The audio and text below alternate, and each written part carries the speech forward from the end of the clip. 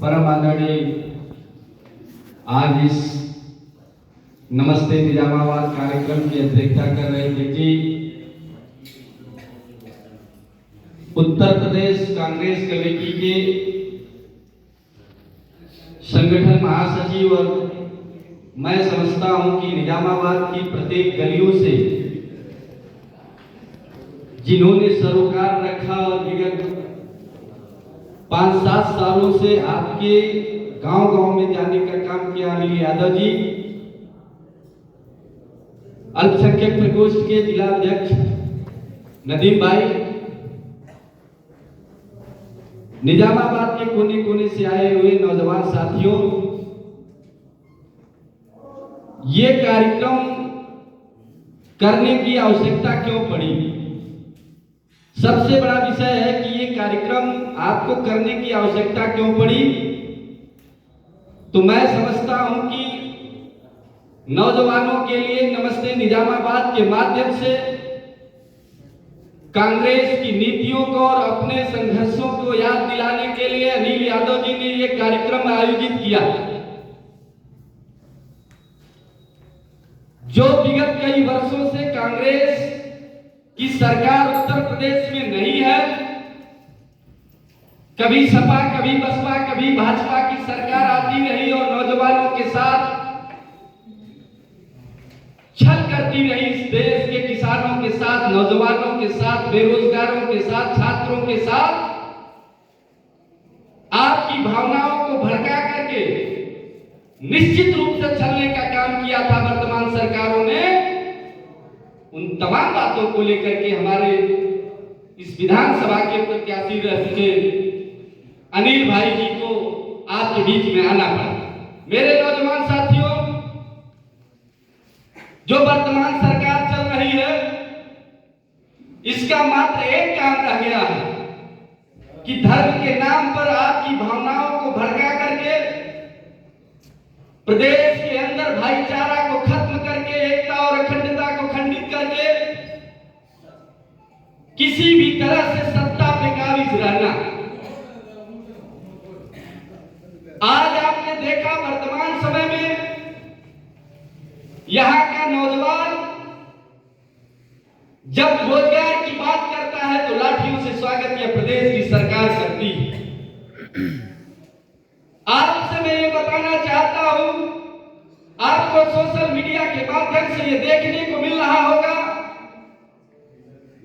कि वर्तमान सरकार कावड़ ले जाने वाले लोगों के ऊपर पुष्प वर्षा करती है, लेकिन मेधावी छात्रों को पुरस्कृत करने के लिए इस प्रदेश की सरकार के पास संसाधन नहीं है।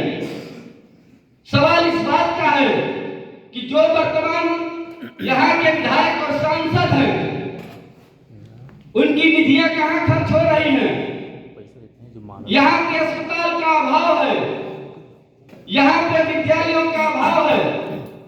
मैं समझता हूं कि जब तक आप लोग इस क्षेत्र का परिवर्तन नहीं करेंगे और नौजवान साथी का चयन नहीं करेंगे, तब तक आपका भाग्य निश्चित रूप से इस तरीके से ठगा जाएगा और आप लोग अभाव में ग्रसित रहेंगे। आज यह प्रदेश की सरकार, गूंगी बहरी सरकार, मैं कहता हूं ये कोट सूट बूट की सरकार है। यह सूट बूट की सरकार एक अध्यादेश लाई थी ड्राइवरी के ऊपर। जितने ड्राइवर लोग हैं उनके ऊपर एक सरकार ने एक नियम लागू किया कि लुंगी पहन करके अगर कोई ड्राइवर ड्राइविंग करते हुए पकड़ा जाएगा तो उसको 5 साल की सजा दी जाएगी। मैंने पूछा था प्रेस के माध्यम से कि अगर ड्राइवर गाड़ी चलाने वाला अगर लुंगी पहन करके पकड़ा जाता है तो उसको दंडित किया जाएगा, तो प्रदेश की सरकार लुंगी पहन करके चलाने वाले को कौन सी सजा देनी चाहिए? क्योंकि इस प्रदेश का मुखिया लुंगी पहन करके ही सरकार चला रहा है, उसके ऊपर भी अध्यादेश लाना चाहिए। आज वर्तमान सरकार शिक्षा की बात नहीं करती, वर्तमान सरकार रोजगार की बात नहीं करती, वर्तमान सरकार किसानों के खुशहाली की बात नहीं करती है। वर्तमान सरकार आपके बच्चों के भविष्य की बात नहीं करती। यह वर्तमान सरकार किस बात की करती है? गाय और गोबर की बात करती है।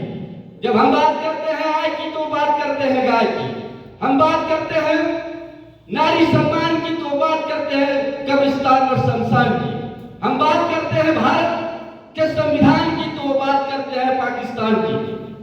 सवाल इस बात का है कि हमें पाकिस्तान के विषय में आप न बताओ, हमें बताओ इस देश के नौजवानों के लिए आपने कौन सी योजना लाया है। आप बताओ कि हमारे देश की अर्थव्यवस्था को मजबूत करने के लिए आपने कौन सी योजना लाया है। आप राम मंदिर बनाते हो, हम स्वागत करते हैं, हम राम को मानने वाले हैं, लेकिन राम के नाम पे धंधा चलाते हो, राम के नाम पे भाई को भाई से लड़ाने का काम करते हो, इसका हम विरोध भी करते हैं। आज वर्तमान की सरकार केवल एक जात को टारगेट करके इस देश के माहौल को खराब करना चाहती है और हिंदू मुस्लिम के नाम पर आपके बीच में बंटवारा का काम करती है। इसलिए आज आवश्यकता पड़ी अनिल भाई को आपके बीच में नमस्ते निजामाबाद के लिए करने की आवश्यकता पड़ी, संगोष्ठी करने की आवश्यकता पड़ी, आपके बीच में आने की आवश्यकता पड़ी। कांग्रेस के नेता परम आदरणीय राहुल गांधी जी पूरे देश में लड़ने का काम कर रहे हैं। ये निश्चित रूप से हमारा गठबंधन था समाजवादी पार्टी से और हमने पूरी निष्ठा और ईमानदारी के साथ समाजवादियों का साथ भी दिया। लेकिन जब दिल्ली के अंदर जब हम चुनाव अकेले लड़ने के लिए विवश होते हैं और आपका नेता ये समाजवादी पार्टी के नेता अखिलेश जी जब केजरीवाल के साथ खड़े